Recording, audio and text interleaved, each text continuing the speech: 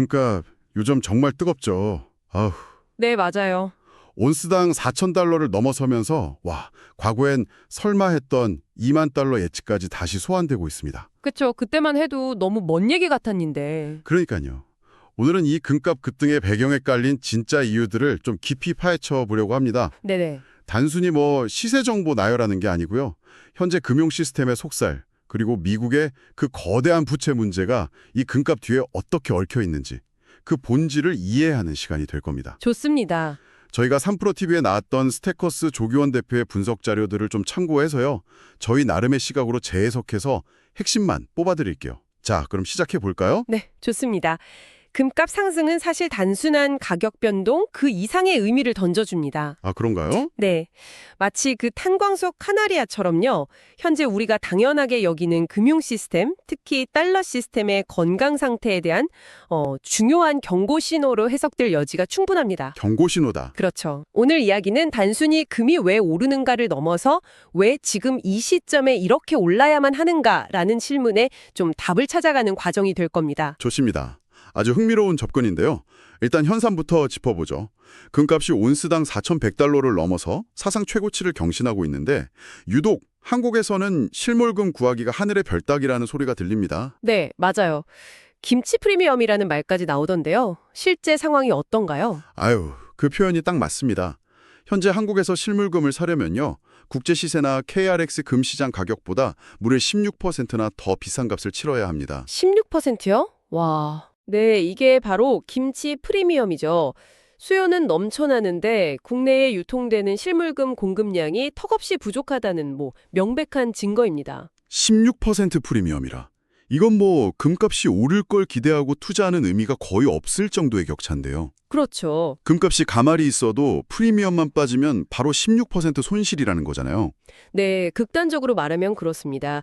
올해 초처럼 아예 풀절대란까지는 아니지만 그만큼 수급 불균형이 심각하다는 의미로 받아들여야 합니다.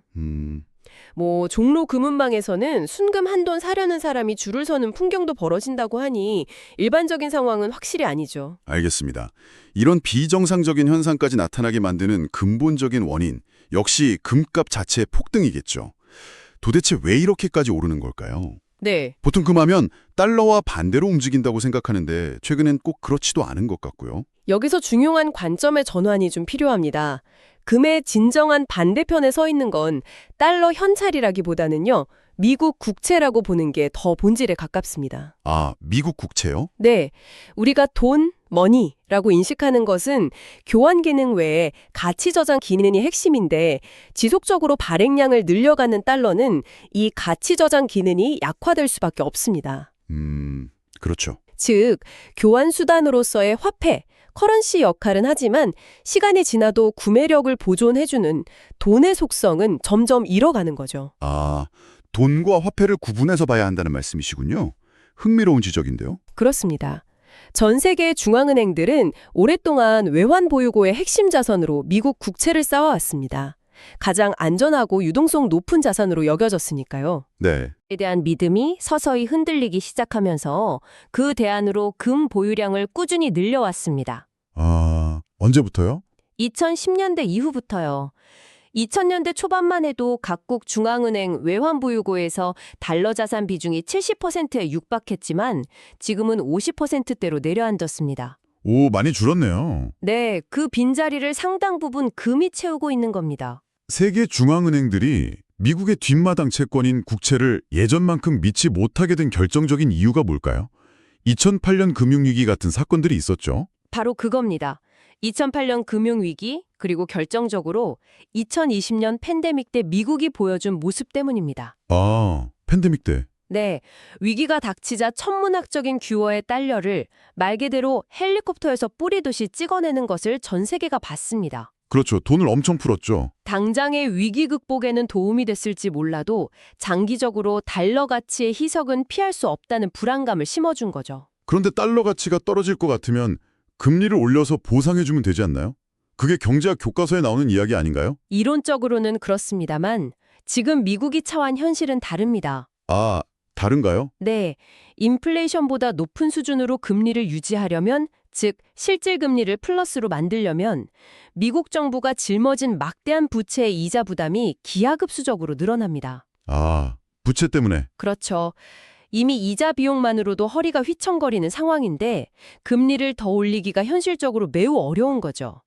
이러지도 저러지도 못하는 딜레마에 빠진 겁니다. 미국의 부채 문제 정말 심각하다 말은 많이 들었는데 구체적으로 어느 정도 수준이기에 그런 건가요? 숫자를 말씀드리면 입이 벌어질 정도입니다. 현재 미국 연방정부 부채는 37조 달러를 넘어 곧 38조 달러를 향해 가고 있습니다. 38조 달러요? 원화로는 얼마죠? 원화로 따지면 대략 5경 원에 가까운 상상하기 어려운 돈이죠. 5경 원. 하지만 총액보다 더 중요한 건 경제 규모 대비 부채 비율입니다. 미국 GDP 대비 국가 부채 비율이 120%를 훌쩍 넘어섰습니다. GDP 대비 120%. 감이 잘 안 오는데 이게 역사적으로 어느 정도 수준인가요? 이게 정말 심각한 지점인데 제2차 세계대전 때 전쟁 비용을 충당하느라 빚더미에 앉았던 시절보다도 높은 수치입니다. 2차 대전 때보다요? 와... 네. 그리고 역사적으로 볼 때 GDP 대비 부채 비율이 120%를 넘었던 국가들은 거의 예외 없이 어떤 형태로든 채무 불이행, 즉 디폴트를 경험했습니다. 디폴트요? 네. 돈을 아예 못 갚는 하드 디폴트뿐 아니라 자국 화폐 가치를 급격히 떨어뜨려 실질적인 빚 부담을 줄이는 기술적 디폴트까지 포함해서요. 기술적 디폴트라? 결국 돈을 더 찍어내서 빚 갚는 부담을 줄인다는 뜻이군요. 그렇죠. 인플레이션을 유발해서 빚의 가치를 떨어뜨리는 거죠. 근데 이자 부담도 만만치 않다면서요. 네, 현재 미국 정부는 1년에 이자로만 1조 달러 이상을 쓰고 있습니다. 1조 달러? 네, 이게 어느 정도냐면 미국 국방 예산 전체보다 많은 금액입니다. 국방비보다 많다고요? 네, 세금으로 걷는 돈이 연간 5조 달러 정도인데 정부 지출은 7조 달러가 넘습니다. 즉, 아무것도 안 하고 가만히 있어도 매년 2조 달러씩 빚이 자동으로 불어나는 구조입니다. 잠시만요. 세금 걷어서 이자 내고 나면 정말 아무것도 안 해도 매년 2조 달러씩 빚이 그냥 늘어난다는 건가요? 네, 산술적으로는 그렇습니다. 이게 말이 되는 상황인가요? 이걸 지속 가능하다고 보는 시각도 있나요? 냉정하게 보면 지속 가능하지 않다는 의견이 지배적입니다. 물론 미국의 기축통화 지위나 경제력 때문에 당장 문제가 터지지는 않을 거라는 시각도 있습니다.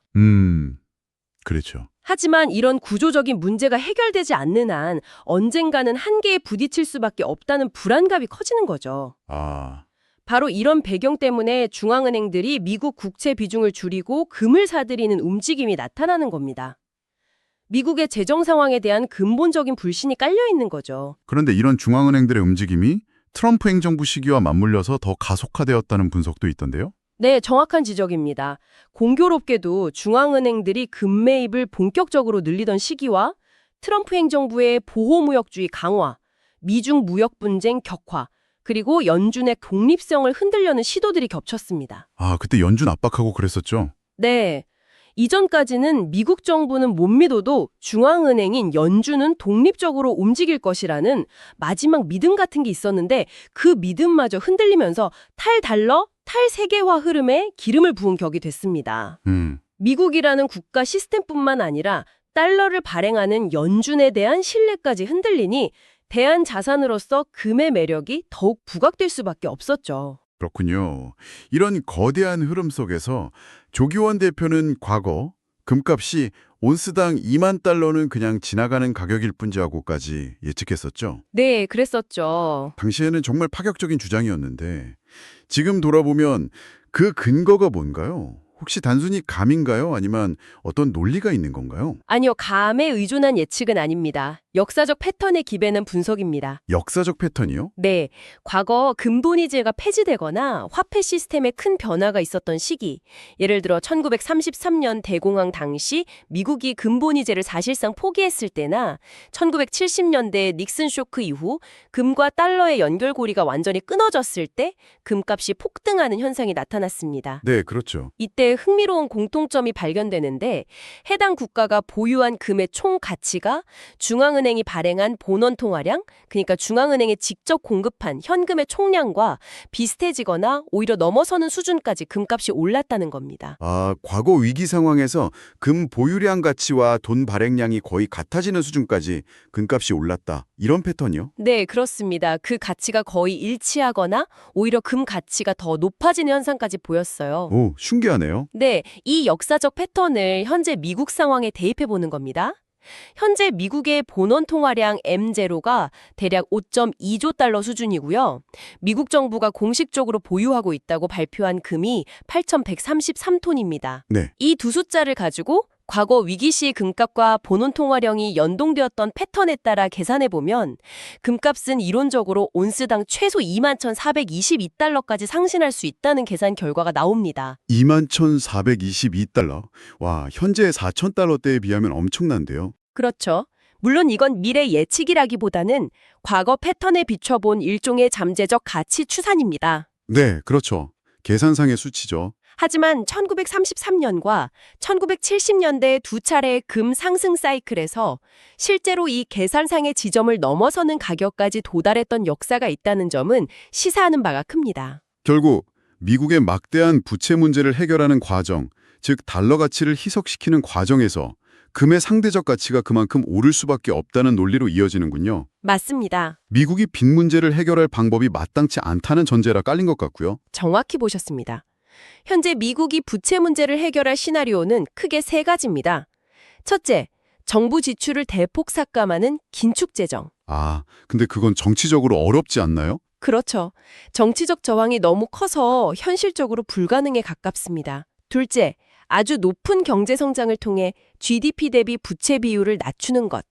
이것도 현재의 높은 부채 수준과 글로벌 경제 상황을 고려하면 기대하기 어렵습니다. 그럼 남은 건 세 번째, 바로 화폐 가치를 떨어뜨리는 것, 즉 기술적 디폴트입니다. 실질적인 빚 부담을 인플레이션을 통해 녹여내는 거죠. 아까 말씀하신. 네, 미국은 역사적으로 이런 방식으로 위기를 관리해온 경험이 있습니다.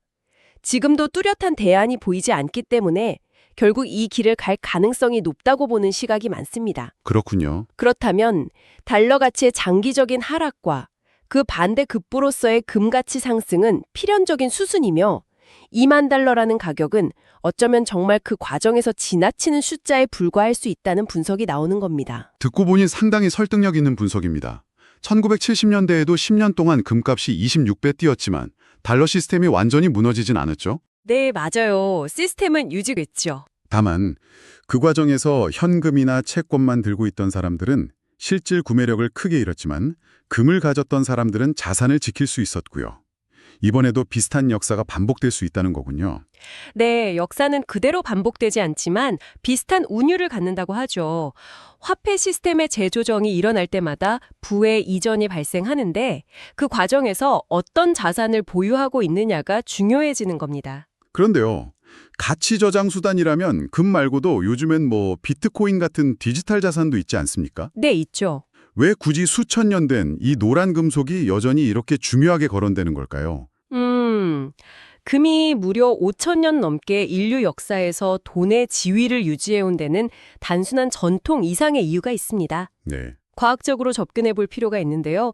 원소 주기율표를 펼쳐놓고 돈이 될 수 있는 조건을 따져보면요.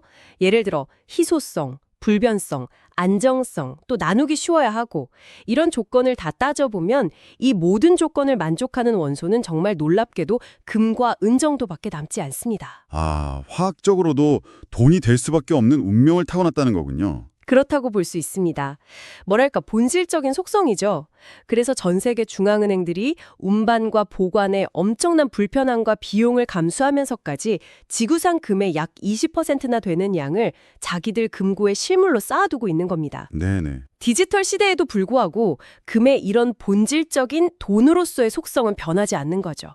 마치 희귀한 포켓몬 카드의 가치를 아는 사람에게는 1,000만 원이 헐값으로 보일 수 있는 것처럼 금의 본질적 가치를 이해하는 이들에게는 현재 가격이 다르게 보일 수 있습니다. 비유가 재밌네요. 게다가 공급 측면에서의 제약도 무시할 수 없습니다. 아, 공급 문제도 있군요. 네.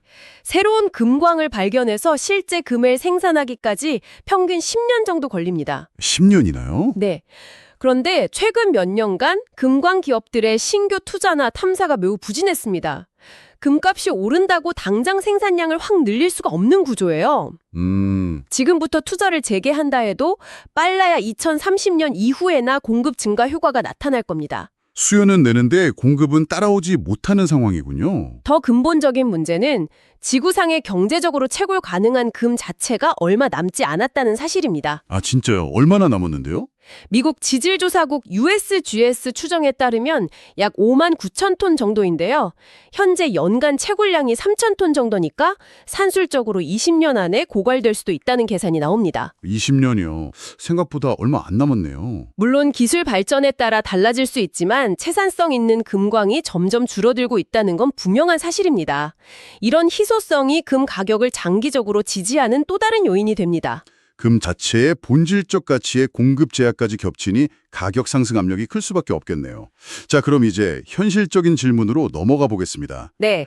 금 투자를 고려하는 청취자분들이 계실 텐데 앞서 말씀하신 것처럼 김치 프리미엄이 16%나 붙어있는 지금 같은 상황에서는 어떻게 접근하는 게 좋을까요? 섣불리 뛰어들었다가 프리미엄 때문에 손해볼 수도 있을 것 같은데요. 아주 중요한 포인트입니다. 16, 17%의 프리미엄은 분명 비정상적인 수준입니다. 그렇죠. 금값 자체가 안정되더라도 이 프리미엄만 정상 수준, 보통 한 2, 3% 정도로 돌아오면 상당한 손실을 입을 수 있습니다. 네.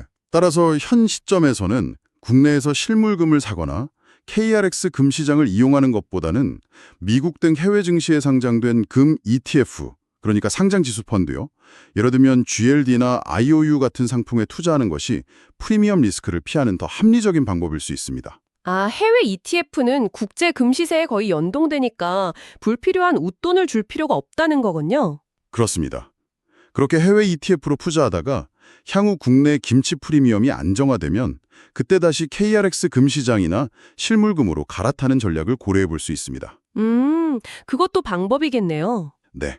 물론 환율 변동 위험은 고려해야 합니다. 그런데 앞서 언급된 조교원 대표의 분석에 따르면 소위 큰손 투자자들은 오히려 김치 프리미엄이 낮았던 시기나 금값이 주춤했던 시기, 예를 들어 올해 4월에서 8월 사이에 대량 매수를 했고 지금처럼 가격이 많이 올랐는데도 팔지 않고 있다고 하더군요. 네, 그런 얘기가 있죠. 그들은 지금의 4,000달러대 가격도 여전히 싸다고 보는 걸까요?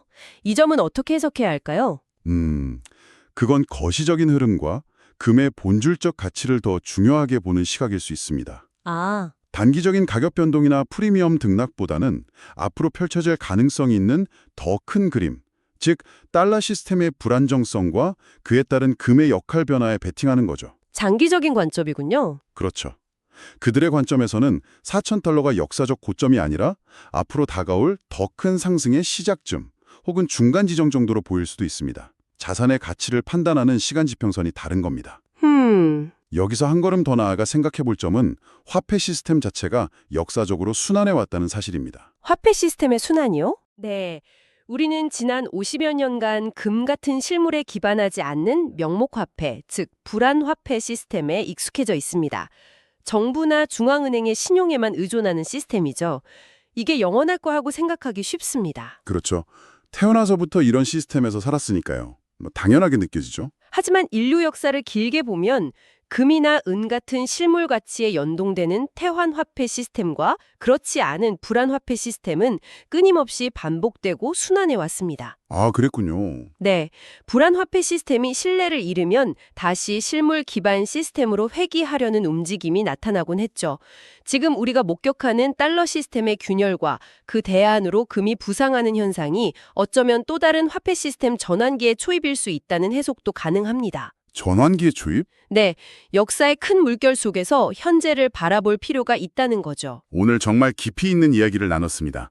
금값 급등이라는 현상 뒤에는 단순히 시장 심리를 넘어 미국의 막대한 부채와 그로 인한 달러 및 국채 시스템에 대한 근본적인 신뢰 문제, 이에 반응하는 전 세계 중앙은행들의 움직임, 그리고 금이라는 자산 자체가 가진 5,000년 역사의 무게와 희소성, 공급 제약이라는 복합적인 요인들이 얽혀 있음을 확인했습니다. 네, 맞습니다. 또한 한국 시장의 높은 김치 프리미엄이라는 특수 상황 속에서 현명하게 접근하기 위한 방법으로 해외 금 ETF 활용 방안까지 짚어봤습니다. 네, 오늘 논의된 내용들은 단순히 금 투자를 할지 말지를 결정하는 데만 도움이 되는 게 아닙니다. 그렇죠. 더 중요하게는 앞으로 변화할 수 있는 글로벌 금융 질서의 큰 방향성을 읽고 불확실성이 높아지는 시대에 진정으로 가치를 보존할 수 있는 자산이 무엇일지에 대한 통찰을 제공한다고 생각합니다. 네, 직접 투자하지 않으시더라도 이런 거시적인 변화의 흐름을 이해하고 있는 것 자체가 중요합니다. 맞습니다. 마지막으로 청취자 여러분께 질문 하나를 던지며 마무리할까 합니다. 네,